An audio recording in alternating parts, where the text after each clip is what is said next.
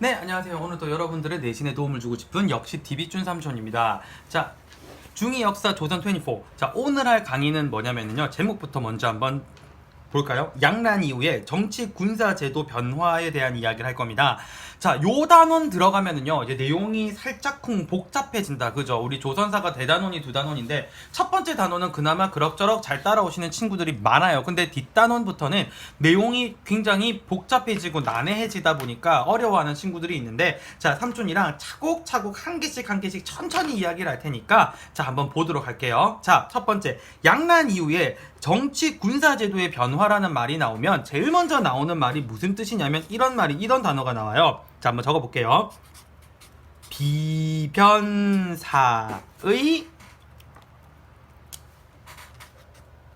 기능 강화라는 말이 제일 먼저 나옵니다. 여러분들 여기서부터 아이씨 저건 또 무슨 단어야 라고 이렇게 생각을 하는데, 비변사의 기능 강화라는 말이 무슨 뜻이냐면, 조선이라는 나라는 기본적으로 그 삼정승이 있는 의정부 있죠. 의정부. 그리고 의정부에서 최고 정책을 결정하면 그 밑에 있는 그 육조가 이제 움직이잖아요. 그리고 얘네들을 견제하기 위해서 뭐가 존재하죠? 3사라는 기구가 있었잖아요. 원래 얘네들이 돌아가야 조선이 정상적인 상태인 건데, 얘네들이 정상적인 기능을 더 이상 하지를 못하고 누가 이제 그 자리를 다 차지해서 이 하던 역할들을 다 해먹냐면, 이제 지금부터 배우게 돼 비변사가 모든 걸 다 지가 해먹는 걸 두고 비변사의 기능 강화라고 이야기를 해요. 자, 비변사가 원래 무슨 뜻인가 봤더니, 비변사의 비는 비상시라는 이야기예요. 비상시. 변은 뭐냐면 변방이라는 뜻입니다. 변방이면은 나라의 그 가생이라는 뜻이거든요. 가생이 제일 가해. 나라의 제일 가해, 여기를 뭐라고 부른다? 국경이라고 부르죠. 그래서 원래 비변사는요, 비상시 국경 문제를 다루는 곳인데, 비상시라고 국경에 있어서 비상 문제라고 얘기하면 결론으로 뭐가 일어나는 거야?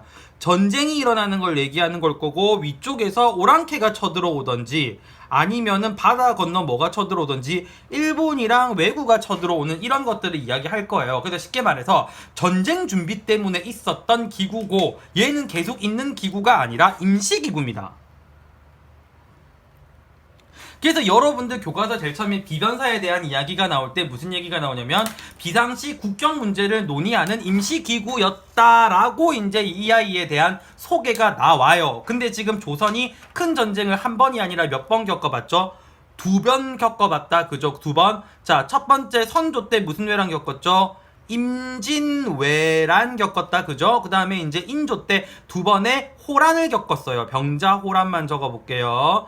자, 그래서 교과서에서는 이 외란과 호란을 묶어서 2번 외적이 크게 쳐들어왔다고 해서 이걸 우리가 양란이라는 말을 쓰는 겁니다. 그래서 양란이라고 얘기하는 거는 임진왜란과 병자호란을 묶어서 쓰는 표현이다라고 보시면 돼요. 그런데 문제는 비변사가 임진왜란하고 병자호란 겪기 이전에는 비상시 변방의 국방 문제를 논의하는 임시기구였는데, 양란 이후가 되면서 얘가 없어지지 않고 계속 존재를 하는 겁니다. 그래서 의정부 6조 3사 기능을 지가 다 가져오니까 기능이 작아졌을까요? 기능이 확대가 됐을까요? 당연히 기능 확대가 되었죠. 임시군사회의 기구가 이런 일을 다 처리하지 못하는데 이걸 다 뺏어오니까 기능이 커진 겁니다. 그리고 심지어 다 얘네가 흡수를 해놓으니까 나라의 모든 중요한 일이 국정을 뭐하는? 총괄하는 최고 통치기구가 되어버린 거예요. 자, 그런데 물어봅시다.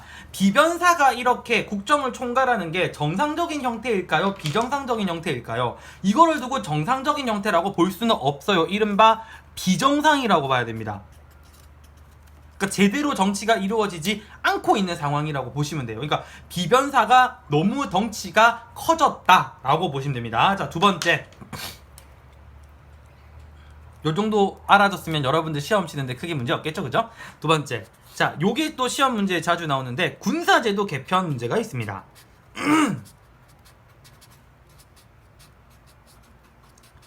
두 번의 양난을 크게 겪으면서 더 이상 조선의 군대가 군대로서의 기능을 제대로 하지 못한다는 걸 이제서야 깨달은 거죠. 자, 그래서 군대는 수도를 지키는 무슨 군이 있었죠? 수도를 지키는 중앙군. 전국을 지키는 군대는 뭐라고 부르더라? 지방군이라고 부릅니다. 그래서 중앙군과 지방군에 대한 개편을 하게 돼요. 자, 양난 이전에 있었던 중앙군은 5개의 방위, 동서남북 중앙 5방위를 지킨다 그래서 얘네들을 원래는 뭐라고 불렀다? 오위라고 불렀다가 이제 부대의 성격에 따라서 다시 재편하게 되면서 지금부터는 오위가 아니라 오군령이라는 명칭을 써요. 그러니까 오위가 아니라 오군령으로 명칭이 바뀐 겁니다. 오군령으로. 그러니까 군 부대가 총 몇 개란 이야기야? 5개란 이야기예요. 자, 학교 선생님들 중에 이 어떤 문제를 내시냐면 이 오군령에 속하는 부대가 아닌 것을 고르시오라는 문제를 내시는 선생님들이 간혹 있더라고요. 그래서 이렇게 한번 외워볼게요. 삼촌 한번 적어볼게요. 후나 지금 어서 들어와.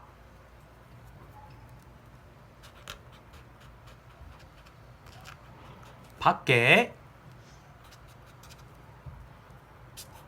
김수현 같은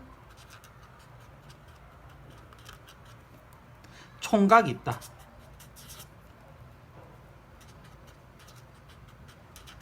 이 훈이가 오징어가 될까봐 걱정하는 마음이 가득 담겨있는 그런 말입니다. 훈아 지금 어서 들어와. 밖에 김수현 같은 총각이 있다. 이 안에 오군령에 해당하는 5군데의 이름이 다 들어가 있습니다. 글자를 보면 삼촌이 유달실이 크게 적어놓은 단어들 있죠? 훈아 할 때 훈, 지금의 금, 어서 들어와의 밖에 김수연 같은 수, 뭐 있다? 총각 있다.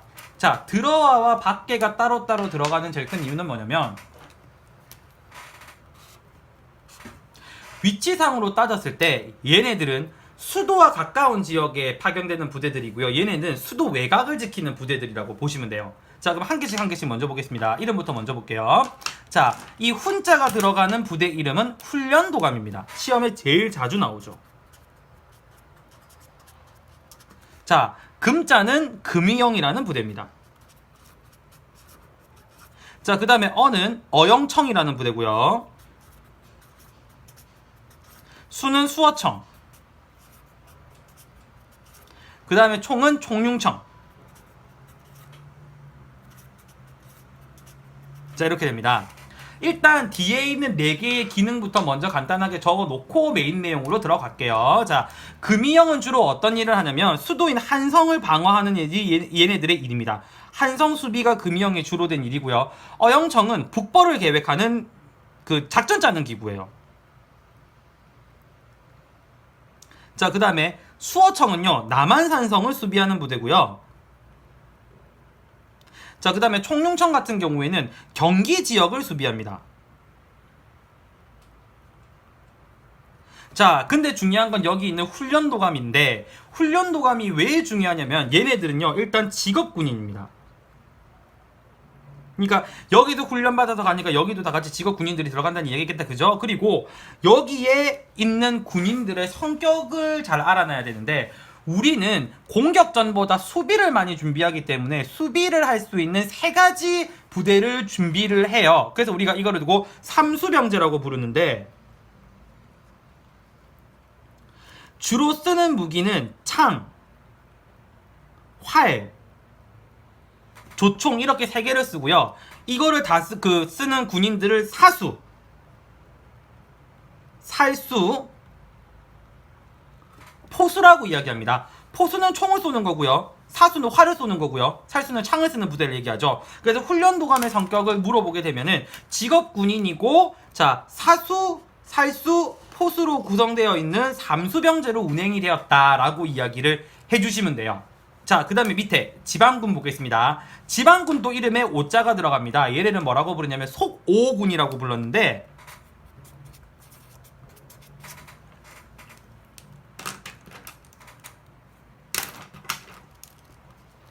일단 교과서에서는 내용을 뭐라고 다루고 있냐면 이 속오군의 성격을 양반부터 노비까지 하나의 부대로 편성을 했다고 합니다. 근데 딱 봐도 답 나오죠. 양반들 제대로 안 했을 리가 없죠. 그리고 여기 있는 사람들은 뭐 조선의 기본적인 군영 제도가 다 그렇긴 하지만 평소에는 생업에 종사합니다. 그러다가 간혹 특정 시기가 되면 군사훈련을 받겠죠. 그러다가 뭐 외적이 침입한 유사시에는 전투에 편성이 되는 거죠. 자, 오늘 여러분 요 단원에서 했던 것 중에 제일 중요한 건 뭐냐면 이 비변사하고 이 훈련도가 중앙군 이거 편성이거든요. 요런 부분 여러분들 이해를 하고 접근을 하시고요. 암기를 할 수 있는 팁을 만들어준 부분은 암기를 어느 정도 하셔야 여러분들이 시험에서 크게 어렵지 않을 거다라고 삼촌이 이야기를 할 수 있을 것 같네요. 자, 오늘 또 어려운 내용 잘 따라오신다고 고생 너무 많으셨고요. 자, 중2 역사 조선 24 여기까지 마치도록 하겠습니다. 오늘도 강의 들어주셔서 감사하고 구독과 좋아요 부탁드리겠습니다. 자, 항상 최고로 노력하고 있는 여러분들이 제일 멋진 사람이라고 생각을 합니다. 오늘 강의 여기까지 마치도록 하겠습니다. 감사합니다.